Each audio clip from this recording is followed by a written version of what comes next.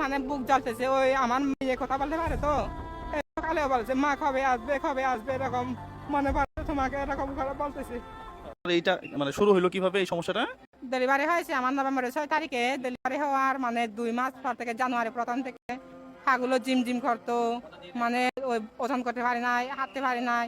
তখন কি করছেন আপনি? কবিরাজের কাছে? কবিরাজের কাছে গেছি, কবিরাজের চিকিৎসা করছি। কবিরাজেরা বলে মানে ওই বাচ্চা হয়েছে, সেজন্য বাচ্চার ওই বীজগুলো নামে নাই, এরকম করে মানে ওই তাবিজ দিছে, এরকম ভালো হবে ভালো হবে বলে বলে মানে এরকম করে রাখছে। তারপরে আমার এই অবস্থা হয়েছে।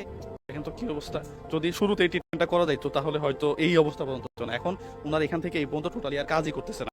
1 2 3 4 5 6 7 8 9 10। হ্যাঁ, একটু চিন্তা করে দেখেন তো যে টাকার কত অভাব মানুষ। হ্যাঁ, পাড়া প্রতিবেশী টাকা উঠাই দিছে, সেগুলো নিয়ে এই হসপিটালে চিকিৎসাধীন অবস্থায় আছে। উনি ইনজেকশন দিবে আজকে, আমার সাথে কথা আছে। একটা ইনজেকশন দাম মানে 8,000 টাকা না?